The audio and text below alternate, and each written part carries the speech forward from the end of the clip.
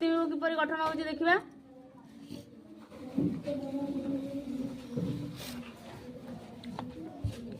एठी मु ए रश्मिटी को अंकन कली केते भाग करछि देखो केते भाग कली 5 भाग कली हेले 5 भाग कली। तुम भीतर देख दर्पण भीतर प्रतिबिंब सृष्टि होइछि मध्य 5 भाग अछि देखबेला तो ताले एथुर जानिले आमे होछि प्रतिबिंबर दूरता एटा होछि वस्तुर दूरता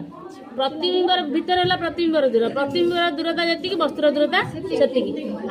आर उच्चता देखो मु एठी आंगुठी रखुछि तुम प्रतिबिंबटी की देखो से देखाउ तो आ गोटे होछि पार्श्व परिवर्तन करे देखो एटा मोर को हाथ बाम हाथ